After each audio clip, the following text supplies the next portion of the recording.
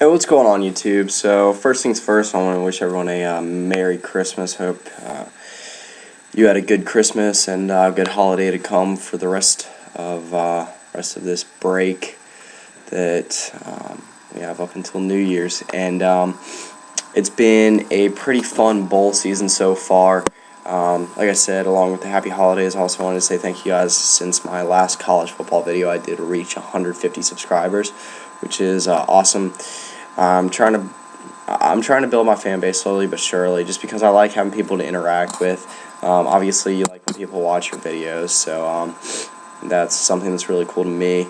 And hopefully, I can keep growing this channel and keep having a larger and larger group to interact with, and hopefully, it gets even more bigger and interactive with the group I have watching my videos and watching all my college football stuff coming along for the next college football season, and with all my off-season predictions.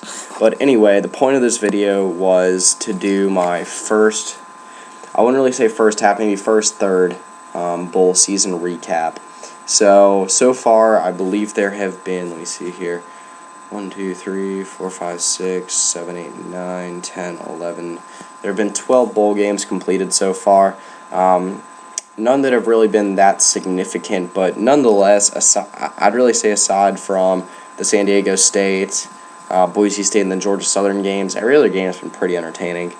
And you know what, especially for the first half of the bowl season, it was a very, very good bowl season, one that kind of lived up to my hype. Like I said, I thought this was going to be a great bowl season, and it really has been so far. So go ahead and do my accolades. Before I say what I'm going to do for each of my accolades, I'm going to say, give awards for, best team, most disappointing team, things like that. So, go ahead and start with giving you guys a recap of all the bowl games that have happened so far. So in the Gildan, New Mexico Bowl, it was Arizona, New Mexico, Arizona topping New Mexico 45-37 on a solid performance by Anu Solomon, with Arizona staging off a comeback of New Mexico, ending the game on an interception. BYU Utah ended 35-28. I believe that was the Royal Purple Las Vegas Bowl. Utah took a pretty furious first half lead, 35-0, jumped all over Tanner Mangum and the Cougs in the first half, and BYU made a spirited comeback, but was not able to pull it out in the end. Ohio and Appalachian State in the Raycom Camellia Bowl. App State hopped out to the early 7-0 lead. Ohio got a few turnovers later in the game. App State got a little bit off and took about I believe it was a 24-7 lead, and then App State ended up coming back and winning 31-29 on a last-second field goal. San Jose State and Georgia State in the Cure Bowl. San Jose State won 27-16, pretty much controlling it the entire way. A little bit of a comeback by Georgia State in the fourth quarter, but a little bit too late there. Like I said, San Jose State really controlled it the entire way. Arkansas State and Louisiana Tech. Louisiana Tech and Arkansas State got off to a fast start in the R&L Carriers New Orleans Bowl in the Mercedes-Benz Dome. Great game from Jeff Driscoll, throwing 3 touchdowns. Freddie Knighton, not a very good game. Was not really able to get much rushing, but good win for Louisiana Tech. Like I said, pretty much controlling it the entire way after the first half was over. So move on to the next one. One of the more entertaining games so far in the Miami Beach Bowl. Western Kentucky and USF. Western Kentucky coming out 45-35 after the slow start against USF. Brandon Doughty really finding his groove in the second half. They win on a big third quarter with 28 points. So move on to the famous Idaho Potato Bowl. And a game that was supposed to be kind of a dud, but honestly was kind of exciting. It was Akron and Utah State.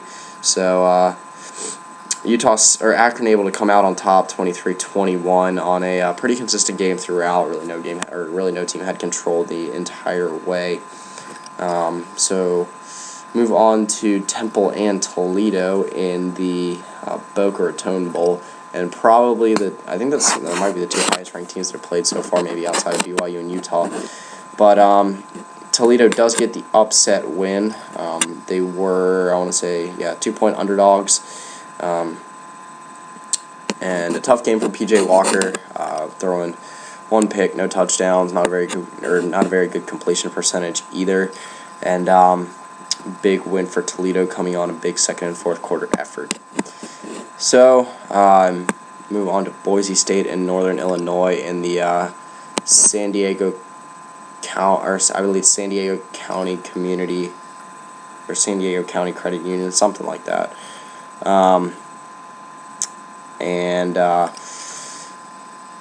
Can't find, what was the name of the bowl? Poinsettia Bowl, that's right.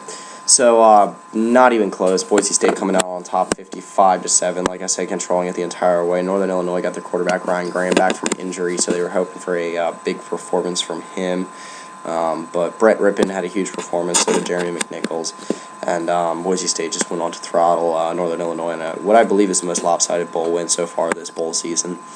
So Georgia Southern and Bowling Green. To be honest, it was kind of a blowout, but I thought this game was actually really entertaining to watch. Bowling Green is a pretty entertaining team to watch through the air. Matt Johnson actually had a decent, not great, but decent game.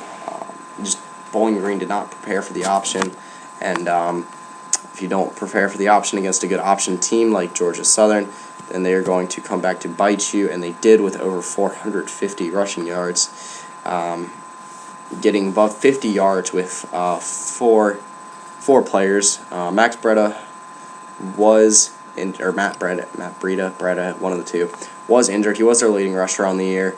Nonetheless, Fabian Upshaw had a huge game, the backup quarterback for Georgia Southern after Kevin Ellison hurt his hand. And, Georgia Southern went on to a big win, 58-27. So move on to Middle Tennessee State and Western Michigan in the Bahamas Bowl, and a big win for Western Michigan, coming on a big fourth quarter effort after the game was tied through the first three.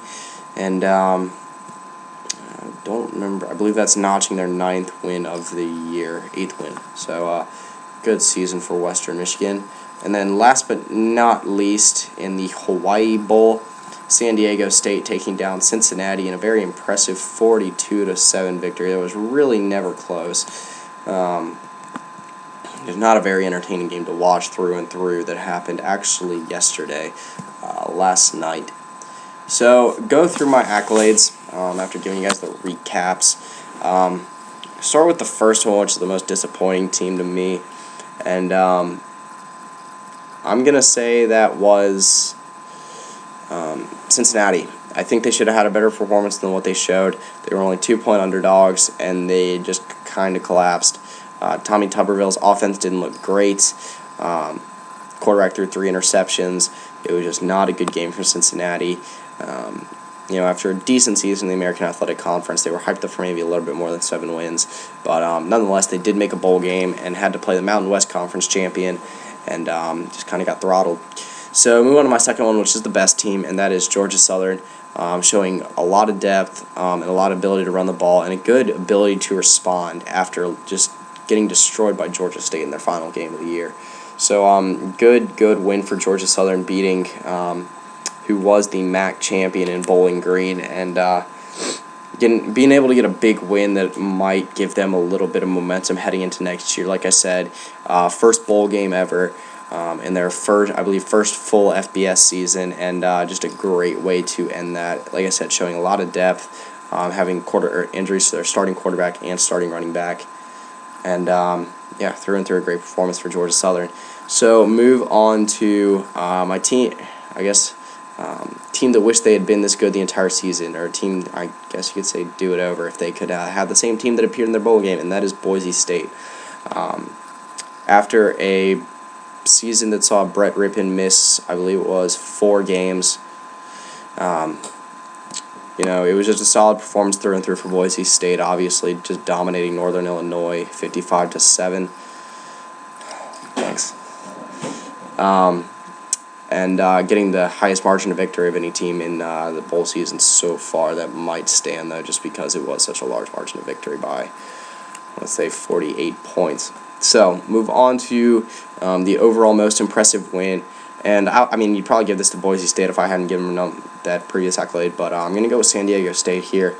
Like I said, Cincinnati was one of the more disappointing teams, and San Diego State took advantage of that, showing they could hang with probably the best Group of 5 conference as the Mountain West Conference champion, and repping the Mountain West pretty well after Boise State did the same thing the day before. So move on to my best game, and I'm going to say Ohio and Appalachian State. Like I explained in the recap, Ohio jumped out to a big lead. Both teams played really tough, and App State ended up being able to pull it out in the end. A game that had a lot of turnovers and a little bit of sloppy play on offense. But two teams that were able to really take advantage of the turnovers, and that was a pretty genuinely entertaining game through and through to watch for having two such low profile teams. So move into my last one, and I'd say the team that wants a do-over in their bowl game, and I'm going to say BYU, just because obviously they did not look prepared in the first half. They looked incredibly overwhelmed against a pretty good Utah team, and Utah was able to jump out with, I believe it was 2 or 3 interceptions in the first half. Let me check on that. But BYU did come out firing in the second half. Was able to put up 21 points. Sorry, it was 35-7 at half. I believe it said it was 35-0. And they were able to pull off 28 straight points after they were down 35-0 at the end of the first quarter. And you take that first quarter and away, and it was a pretty solid game for them. So move on to the team that I think had the best win. And this is a combination of things that I'm going to say for best win. This has to do with momentum heading into next season. This has to do with stakes of the game and probably where the team's going to finish in the rankings this year, just national perception. And I'm going to say the overall best win just for the team is Toledo. So this was a 32-17 win over a very, very good Temple team. And a Toledo team that might be the best team in the MAC, definitely going to be the highest ranked at the end of the year, and really repped the MAC well after Ohio lost. I think Akron won, but I think they're the only other MAC team that's won so far.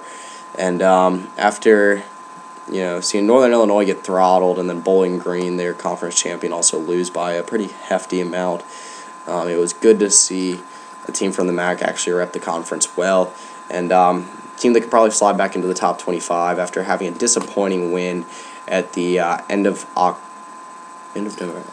I want to say it was beginning, actually, I can't really remember when it was. It might have been somewhere around the end of October, early November. Anyway, able to get a good win against Toledo, and or Northern Illinois was able to get a good win against Toledo, and Toledo was able to respond very well in this bowl game to a season that might have seemed like a lost cause. They were kind of out of the top 25, missed the Mountain West MAC conference champion when they feel like they probably were the best team in the conference, maybe outside of Bowling Green, even though Bowling Green did lose to Toledo during the regular season. But yeah, so pretty deep slate of bowl games tomorrow.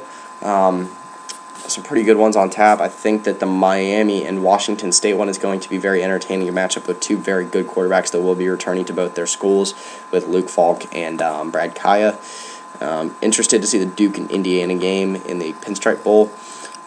Tulsa and Virginia Tech in Frank Beamer's last game. And then interested to see how Nebraska plays against UCLA in the Farms Bowl, which is a 5-7 Nebraska team. So see what happens with the last game for Mike Riley with Nebraska against a decent UCLA team that has a freshman quarterback in Josh Rosen that I think will play well and set himself up well for next season. And then I